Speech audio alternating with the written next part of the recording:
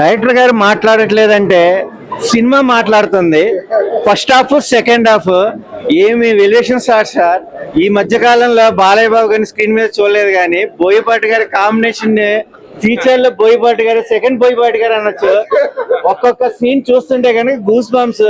వెంకట్ గారు మా అన్నయ్య సినిమాలో తమ్ముడుగా ఒక ప్లాట్ఫామ్ క్రియేట్ చేశారు. బట్ ఈ సినిమాతో రీఎంట్రీలో ఫుల్ ఫ్లెక్స్ ఆర్టిస్ట్ కింద మంచి అసలు రీసెంట్ గా ఒక హీరోయిన్ ఇంట్రడక్షన్ చేసినట్టుగా మన డైరెక్టర్ గారు చూపించారు. బట్ హీరోయిన్ గారు కూడా చాలా క్యూట్ గా పర్ఫార్మెన్స్, అంటే ఆ క్యూట్నెస్ అనేది స్మైల్ అని కనబడుతుంది. చూడండి, హరుడు అన్న సినిమా చూస్తే కనుక నాకు శివుడు అయితే గుర్తొచ్చాడు.